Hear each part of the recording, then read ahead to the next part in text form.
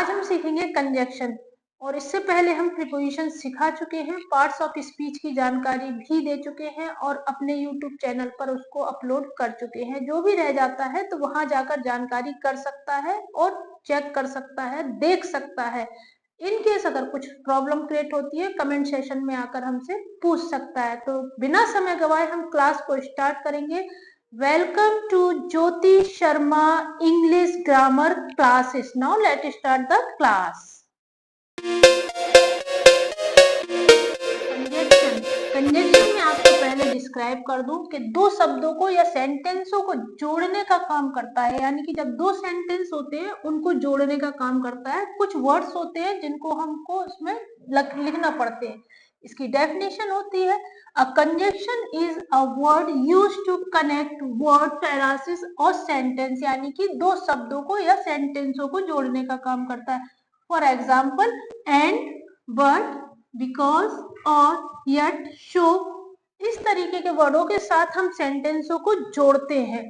Okay, now types of conjunction. Types of conjunction होते हैं तीन प्रकार के।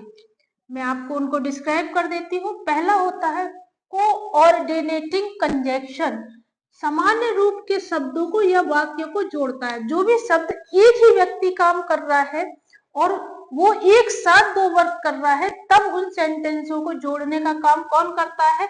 Coordinating conjunction. यानी कि she is singing and dancing, वह गा रही है और नाच रही है, यानी कि एक ही व्यक्ति दो कार्य एक साथ कर रहा है। जब इस तरीके का सामान्य शब्द होते सेंटेंस होते हैं तब उनको एक साथ जोड़ने का काम करता है हमारा coordinating conjunction. Just like do you like T और कॉफी, क्या आपको चाय या कॉफी पसंद है?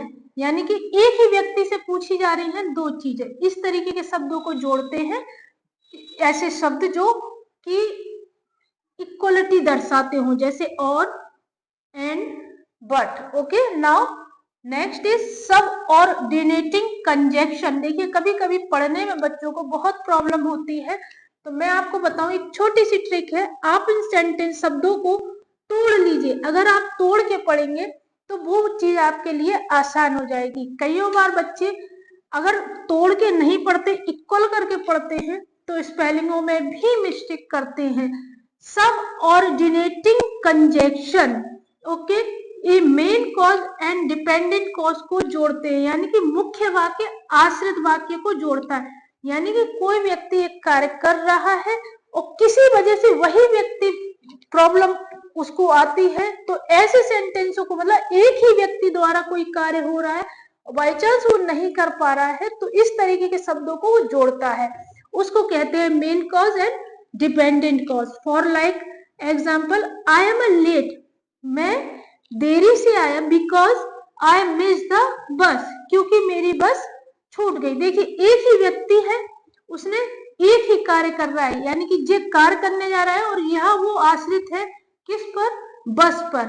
Is that clear? Now next is correlative conjunction. वही चीज देखिए, कुछ स्पेलिंग पढ़ने में टफ होती है, अगर आप उनको तोड़ लेते हैं तो आपको वो पढ़ने में इजी हो जाती है। जैसे कोरिलेटिव कंजक्शन, ये कंजक्शनों में जोड़े जाते हैं।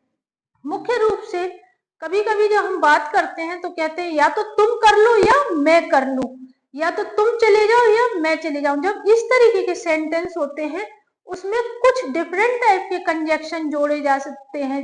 फॉर एग्जाम्पल आइदर और, नाइदर नॉर, बोथ, ऑफ, इस तरीके के सेंटेंसों को जोड़ा जाता है। एग्जाम्पल मैं आपको देती हूँ, आइदर और, या either you come with me और स्टे हियर, या तो तुम यहाँ रहो या यहाँ रुको।